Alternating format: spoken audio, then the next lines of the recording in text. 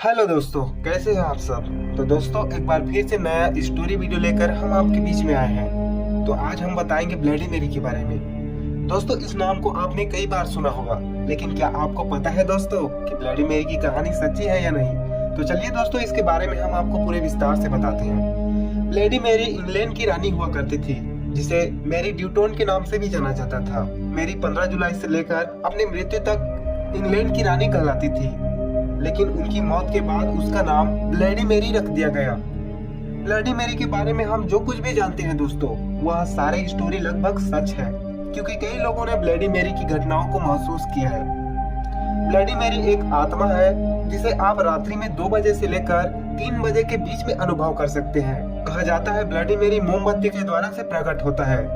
England के एक व्यक्ति ने रात के 2 बजे में अपने घर के शीशे के सामने खड़े होकर ब्लडी मेरी का नाम 3 बार लिया और कुछ ही सेकेंड में ब्लडी मेरी की आत्मा शीशे पर दिखाई दिया, जिनकी आंखों से आंसू निकल रहा था। कुछ समय तक उस लड़की का चेहरा शांत रहा, फिर कुछ देर बाद वो लड़की शीशे से बाहर निकल गई और उस आदमी की आंखों को नोच डाला।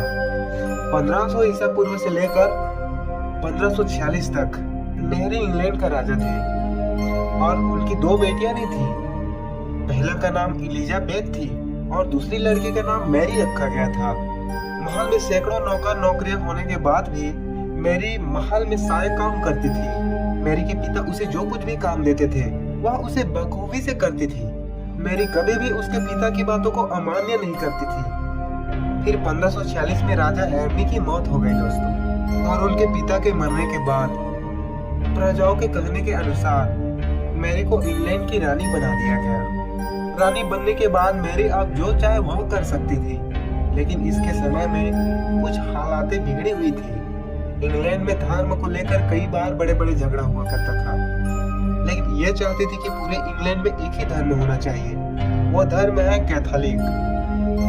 लेकिन मैरी की इस बात को वहाँ के लोगों ने नहीं माना, और जो लोग मैरी की इस बात में सहमत नहीं थे, मैरी ने उसे मरने की सजा दे दी और काफी लोगों को जिंदा जला दिया गया था दोस्तों।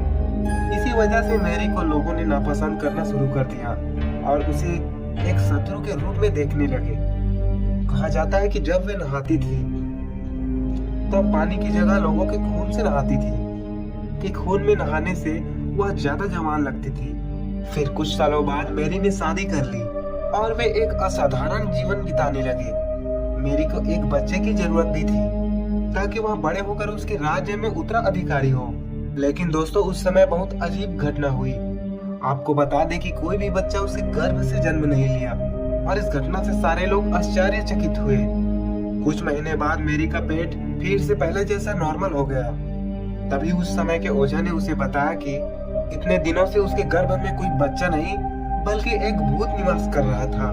कुछ दिनों बाद उस भूत ने फिर से मैरी के पेट में निवास किया।